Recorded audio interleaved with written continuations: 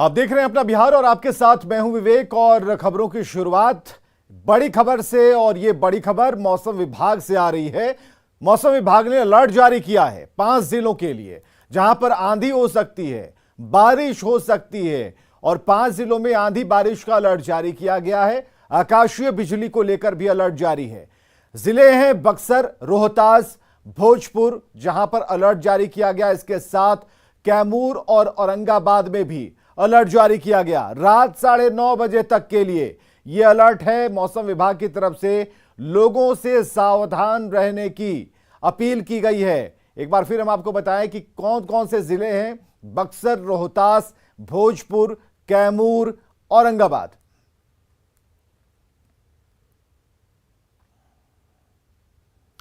और अब बात करेंगे राष्ट्रपति चुनाव की।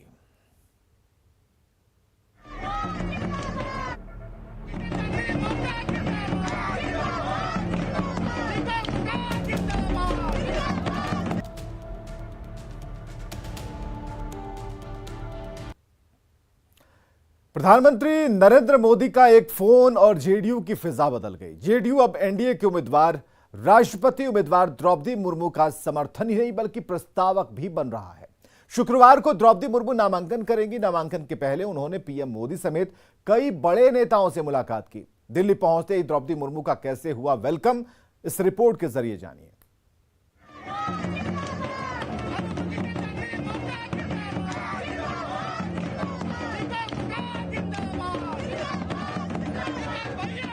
ढोल नगाड़े वाली इस खुशी की वजह है ये चेहरा, जो भारत के इतिहास में पहली बार राष्ट्रपति की रेस में है। अगर द्रौपदी मुर्मू ये चुनाव जीत जाती हैं, तो भारत के इतिहास में पहली बार होगा कि कोई आदिवासी महिला राष्ट्रपति होगी। राष्ट्रपति की उम्मीदवारी के ऐलान के तीसरे दिन द्रौपदी मुर्मू दिल्ली पहुंची। एयरपोर्ट पर केंद्रीय मंत्री अर्जुन मुंडा, अर्जुन राम मेघवाल, डॉक्टर वीरेंद्र कुमार और मनोज तिवारी ने द्रौपदी मुर्मू का स्वागत किया। द्रौपदी मुर्मू ने भी सबका अभिवादन स्वीकार किया। एयरपोर्ट के बाहर निकलकर द्रौपदी मुर्मू ने कुछ कहा तो नहीं, लेकिन गाड़ी के अंदर से ही सबका अभिवादन किया। एयरपोर्ट से निकलने के बाद सबसे पहले द्रौपदी मुर्मू ने प्रधानमंत्री नरेंद्र मोदी से मुलाकात की। श्रीमती द्रौपदी मुर्मू को पीएम मोदी ने गुलदस्ता भेंट किया। तस्वीर शेयर करते हुए पीएम मोदी ने ट्वीट पर लिखा है कि द्रौपदी मुर्मू जी से मुलाकात की। राष्ट्रपति पद के लिए उनकी उम्मीदवारी को समाज के सभी वर्गों द्वारा पूरे भारत में सराहा गया है। जमीनी समस्याओं को लेकर उनकी समझ और भारत के विकास का उनका विजन बेजोड़ है। प्रधानमंत्री से मुलाकात के बाद द्रौपदी मुर्मू ने केंद्रीय गृह मंत्री अमित शाह से मुलाकात की। गृह मंत्री ने द्रौपदी मुर्मू को शॉल और गुलदस्ता देकर उनका स्वागत किया। अमित शाह से मुलाकात के बाद द्रौपदी मुर्मू ने उपराष्ट्रपति वेंकैया नायडू और रक्षा मंत्री राजनाथ सिंह से भी मुलाकात की।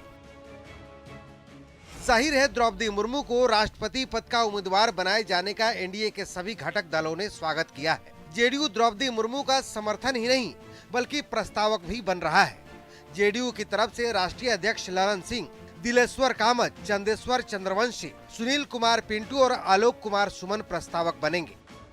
राष्ट्रपति उम्मीदवार द्रौपदी मुर्मू जी के नॉमिनेशन पत्र पर समर्थक के रूप में माननीय ललन बाबू, मेरा नाम, माननीय दिलेश्वर कामत जी, माननीय आलोक सुमन जी, माननीय चंद्रवंशी जी का नाम माननीय मुख्यमंत्री जी ने तय किया है कि प्रस्तावक हम लोग जेडीयू की तरफ से बनेंगे। दरअसल समर्थन के लिए प्रधानमंत्री नरेंद्र मोदी ने मुख्यमंत्री नीतीश कुमार से फोन पर बात की थी। इस बात की जानकारी मुख्यमंत्री नीतीश कुमार ने खुद दी थी और ट्वीट कर लिखा था कि श्रीमती द्रौपदी मुर्मू जी को राष्ट्रपति पद का उम्मीदवार बनाया जाना खुशी की बात है। श्रीमती द्रौपदी मुर्मू जी एक आदिवासी महिला है। एक आदिवासी महिला को देश के सर्वोच्च पद के लिए उम्मीदवार बनाया जाना अत्यंत प्रसन्नता की बात है। श्रीमती द्रौपदी मुर्मू उड़ीसा सरकार में मंत्री और इसके बाद झारखंड की राज्यपाल रह चुकी हैं। कल प्रधानमंत्री जी ने बात कर इसकी जानकारी दी थी कि श्रीमती द्रौपदी मुर्मू को राष्ट्रपति पद का उम्मीदवार बनाया जा रहा है। प्रधानमंत्री जी को इसके लिए हृदय से धन्यवाद। राष्ट्रपति पद के लिए द्रौपदी मुर्मू 24 जून को अपना नामांकन दाखिल करेंगी। द्रौपदी मुर्मू के नामांकन के दौरान मोदी सरकार के कई मंत्री, बीजेपी के दिग्गज नेता और बीजेपी शासित राज्यों के मुख्यमंत्री भी मौजूद रहेंगे। दिल्ली से न्यूज 18 के लिए शंकर आनंद के साथ अमितेश कुमार की रिपोर्ट। आगे बढ़ते हैं। अग्निपथ योजना को लेकर बीजेपी और जेडीयू में बयानबाजी अब भी जारी है।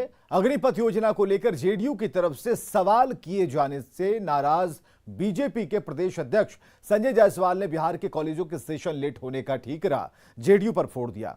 संजय जायसवाल के बयान पर जेडीयू की तरफ से उपेंद्र कुशवाहा ने भी पलटवार किया।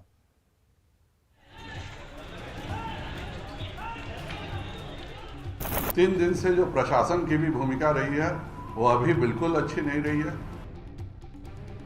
पहले तो उनको इस बात पर पुनर्विचार करना चाहिए कि ग्रेजुएशन के लड़के 3 साल में ग्रेजुएट बने।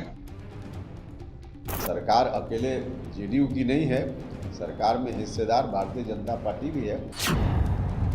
अग्निपथ की लड़ाई पढ़ाई तक आई। अग्निपथ योजना के विरोध में बीजेपी के जिन नेताओं के घरों पर हमला हुआ था उसमें एक घर बीजेपी के प्रदेश अध्यक्ष संजय जायसवाल का भी था। तब छात्रों के उत्पात को लेकर संजय जायसवाल ने पुलिस प्रशासन पर भी सवाल उठाया था। संजय जायसवाल के बयान पर जेडीयू के राष्ट्रीय अध्यक्ष ललन सिंह ने तब कड़ी प्रतिक्रिया दी थी। साथ में केंद्र सरकार को अग्निपथ योजना पर पुनर्विचार करने की सलाह भी दी थी। जेडीयू के रुख से नाराज बीजेपी के प्रदेश अध्यक्ष संजय जायसवाल ने अग्निपथ योजना को लेकर जेडीयू की मांग को बेतुका बताया है और बिहार में ग्रेजुएशन के सेशन को रेगुलर करने की मांग की है। हमको तो हंसी आती है जनता दल यूनाइटेड पर। उन्होंने भी कहा दिया कि अग्निवीर योजना का पुनर्विचार करना चाहिए, जबकि उनके यहाँ आज भी शिक्षा जो है वह जनता दल यूनाइटेड के पास है। पहले तो उनको इस बात पर पुनर्विचार करना चाहिए कि ग्रेजुएशन के लड़के 3 साल में ग्रेजुएट बने। संजय जायसवाल के बयान पर जेडीयू की तरफ से जेडीयू संसदीय बोर्ड के राष्ट्रीय अध्यक्ष उपेंद्र कुशवाहा ने भी पलटवार किया है और कहा है कि गठबंधन की सरकार में बीजेपी भी शामिल है। सफलता और असफलता दोनों में बीजेपी हिस्सेदार है। उपेंद्र कुशवाहा ने संजय जायसवाल को सोच समझकर बोलने की नसीहत दी। लाभ है दोनों दल के लोग लें और कहीं नुकसान की स्थिति हो तो उससे बीजेपी अपने को बचाना चाहे, ये कैसे संभव है? क्रेडिट या डिसक्रेडिट दोनों के लिए है, क्योंकि दोनों मिलकर सरकार चला रहे हैं। सरकार में शिक्षा विभाग जेडीयू के विजय चौधरी के पास है, इसीलिए जेडीयू का नाम लेते हुए संजय जायसवाल ने विश्वविद्यालयों के सेशन लेट होने पर सवाल उठाया है। हालांकि असली वजह अग्निपथ पर विचारों के टकराव का है। उम्मीद थी कि राष्ट्रपति पद पर जेडीयू की तरफ से द्रौपदी मुर्मू का समर्थन करने के बाद दोनों दलों में सब कुछ ठीक हो जाता, लेकिन ऐसा कुछ होता हुआ दिखाई नहीं दे रहा है। न्यूज़ 18 के लिए पटना से धर्मेंद्र के साथ ब्यूरो रिपोर्ट। सेना को बेहतर बनाने के लिए अग्निपथ योजना की घोषणा की गई। कुछ उपद्रवी तत्वों ने इस योजना के विरोध में बिहार में जमकर उत्पात मचाया, लेकिन अब लड़कियां भी अग्निवीर बनना चाहती हैं, देश की रक्षा करना चाहती हैं।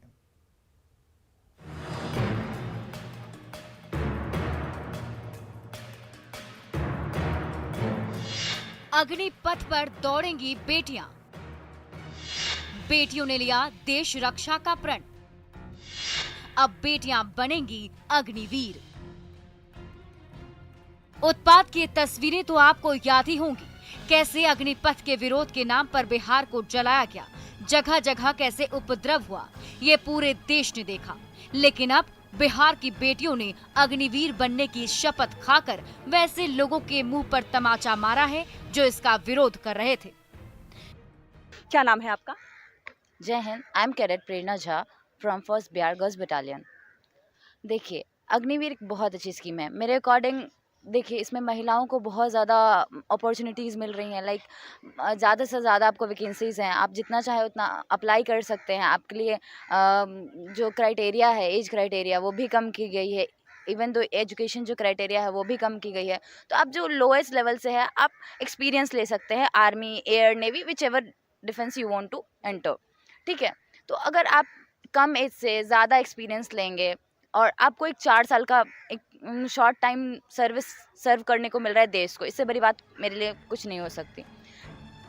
जो लोग अग्निपथ का विरोध कर रहे थे, उन्हें खुशी को सुनना चाहिए और समझना चाहिए कि अग्निपथ के क्या क्या फायदे हैं। आप भी सुनिए। क्या कुछ अच्छाई है अग्निवीर में जो आपको अग्निवीर बनना है?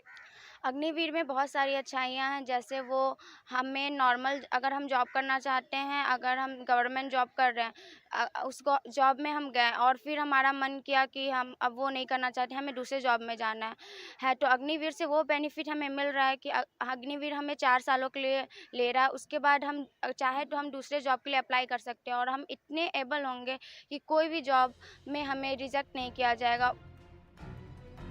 लड़कियों के लिए अग्निपथ योजना कैसे जिंदगी बदलने वाली जबरदस्त योजना है, ये आराध्या की जुबानी सुन लीजिए। आराध्या, क्या लगता है, अग्निवीर बनना है? हाँ बिल्कुल, मैंने सोचा है कि मैं फाइनल ईयर में हूँ और मैं अप्लाई करूँ उसके लिए। लगभग सारी लड़कियों का यही थॉट है कि अग्निवीर बनना है, इसीलिए शायद प्रदर्शन नहीं किया उन्होंने। क्योंकि ये शॉर्ट रन में लॉन्ग रन का फायदा देगा। मतलब 4 साल में उसके बाद भी हमारे पास एक्सपीरियंस होंगे और हम आगे मतलब कुछ और भी अगर करना चाहेंगे, मतलब जैसे लड़कियों में क्या होता है उनकी लाइफ में कि उसके बाद मैरिज होते हैं, फिर बच्चे होते हैं, तो उन सब के लिए ये बेनिफिशियल है कि वो आराम से सेना को सर्व भी कर लेंगे, अपना ड्रीम भी पूरा करेंगे और उसके आगे ही बढ़ सकती है। कुछ लफंगों ने बिना सोचे समझे अग्निपथ के विरोध में बिहार को आग में झोंक दिया था। सेना में जाने वाले बहुत से सीरियस छात्र भी उनके बहकावे में आ गए होंगे। वैसे छात्रों को बिहार की इन बेटियों से सीखने की जरूरत है। न्यूज़ 18 के लिए पटना से विनीता मिश्रा की रिपोर्ट। और चलिए, कोरोना को लेकर एक बड़ी खबर हम आपको बताने जा रहे हैं। राजधानी पटना से खबर, जहां एक बार फिर कोरोना विस्फोट हुआ है। 24 घंटे के आंकड़े, जिसमें 67 कोरोना मरीज मिले हैं जांच में। ये बड़ी खबर है। पटना में कोरोना विस्फोट, 57 मरीज है पटना के रहने वाले, 10 मरीज बाहर के हैं रहने वाले। और ऐसे में एक बड़ा जो विस्फोट कहा जा सकता है पटना में कोरोना का, जहां 24 घंटे में आंकड़े चौंकाने वाले आए हैं। और 24 घंटे में जिनकी जांच की गई 67 कोरोना मरीज मिले हैं, जिसमें से 57 पटना के ही रहने वाले हैं और 10 बाहर के हैं। तो ऐसे में कोरोना से अब डरने की जरूरत है, एहतियात बरतने की जरूरत है, सचेत रहने की जरूरत है, क्योंकि ये बड़ी खबर है। 24 घंटे में 67 कोरोना मरीज, और रोजाना इन आंकड़ों को अगर आप देखेंगे तो लगातार ये आंकड़े बढ़ते जा रहे हैं। ऐसे में जागरूक रहने की जरूरत है और जो एहतियात के तौर पर आप जिस प्रोटोकॉल का पालन कर रहे थे उसे एक बार फिर अपनाना होगा। पूरे देश की तरह बिहार में भी कोरोना के केस बढ़ने लगे। बुधवार को नए 126 केस मिलने के बाद यह सवाल उठने लगा कि यह कोरोना की चौथी लहर के संकेत हैं।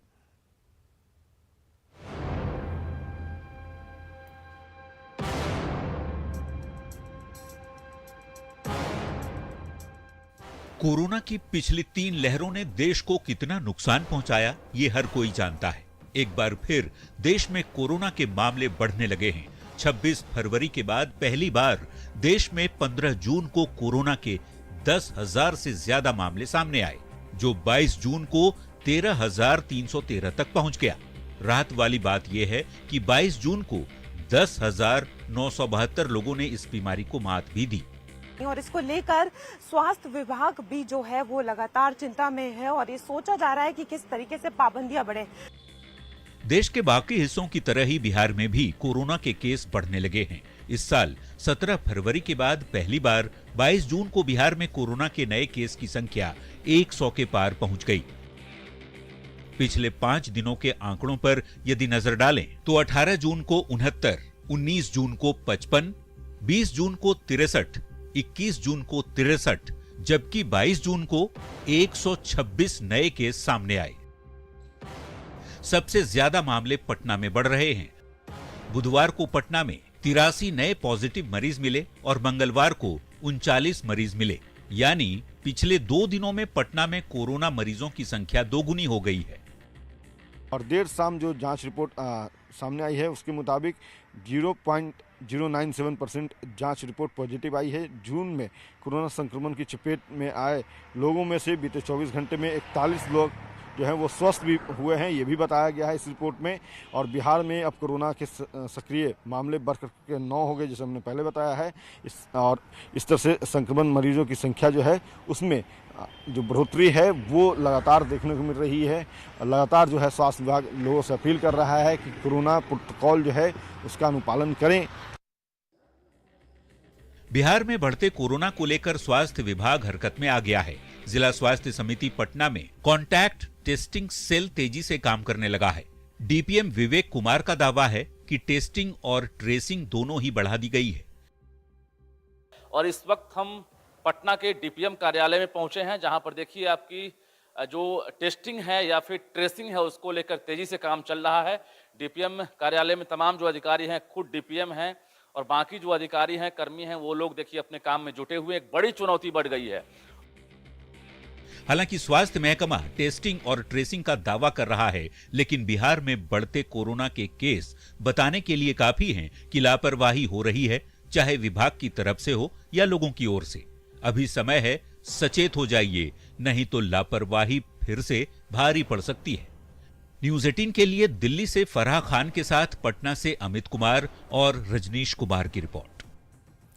इधर पटना में सीएम आवास पर चल रही जेडीयू विधायक दल की बैठक खत्म हो गई है। करीब 1.5 घंटे तक चली बैठक में मुख्यमंत्री नीतीश कुमार ने विधायकों को कई जरूरी निर्देश दिए और कहा कि सदन में हर सवाल का जवाब मजबूती से देना है। साथ ही सदन जब तक चले तब तक विधायक उपस्थित रहें। बैठक खत्म होने के बाद जेडीयू विधायकों से बात की हमारे सहयोगी आनंद अमृतराजू ने। एक अन्य मार्ग में जेडीयू विधायक दल की बैठक खत्म हो चुकी है। विधायकों का जाने का सिलसिला शुरू हो चुका है और लगभग 1 से 1.5 घंटे तक ये महत्वपूर्ण बैठक चली और बैठक में कई सारे जरूरी दिशा निर्देश भी मिले मुख्यमंत्री की तरफ से। और जाहिर सी बात है, कल से मानसून सत्र शुरू हो रहा है और उसके पहले इस बैठक को बेहद महत्वपूर्ण माना जा रहा है। नीरज जी, क्या कुछ निकला इस बैठक में? जनता दल यू के विधानमंडल की बैठक हुई और बैठक में माननीय मुख्यमंत्री जी सहित पार्टी के वरिष्ठ नेताओं ने संबोधित किया। माननीय विधायक ने अपनी राय रखी और पार्टी ने इस बात के लिए जो राज्यसभा और विधान परिषद के जो चुनाव संपन्न हुए और इसके पहले जो द्विवार्षिक चुनाव में जो हमारे उम्मीदवार जीते उनको बधाई दी गई। साथ ही साथ पार्टी के माननीय विधानमंडल के सदस्यों को निर्देशित किया गया कि मजबूती के साथ सरकार का जो पक्ष है, जो सरकार की नीतियां हैं, अपने क्षेत्र का जो ये है और उपस्थिति के बारे में माननीय मुख्यमंत्री निर्देशित किया कि आप ससमय सदन के अंदर अपनी भूमिका प्रभावकारी ढंग से अदा करें। देखिए, बैठक में कोई वैसा खास निर्देश नहीं था जो हर विधानसभा के पहले होता है। विधानसभा शुरू होने के पहले जो हम लोग का मीटिंग होता है वही मुख्य रूप से था कि बैठक सदन की कार्रवाई में तत्परता पूर्वक हाजिर रहना और सदन की कार्रवाई में एब्सेंट नहीं होना है। विधायकों के जाने का सिलसिला जारी है और जाहिर सी बात है, विधायकों को उपस्थित रहने का निर्देश दिया गया है मुख्यमंत्री की तरफ से। साथ ही जो भी मुद्दे हैं उसका तार्किक तरीके से भी जवाब देने की तैयारी है। कैमरामैन मनीष जुनेजा के साथ आनंद अमृतराज, न्यूज़ 18 नेटवर्क, पटना। और आगे देखिए जोहार झारखंड।